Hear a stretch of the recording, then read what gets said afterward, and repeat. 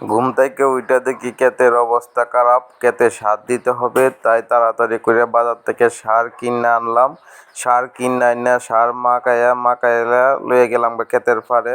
ক্ষেতের পাড়ে গিয়ে আমি আর আমার ছোটো ভাই দুজনে মিলে সারটা নামাইলাম। নামাইয়া ছোটো ভাই সার দিতে পারে না, তাই আমি সার নিয়ে ক্ষেতে নামিয়ে পড়লাম। আগেও সার দিছি, আজকেও সার দিতেছি, তাই সুন্দর করে সার দিলাম।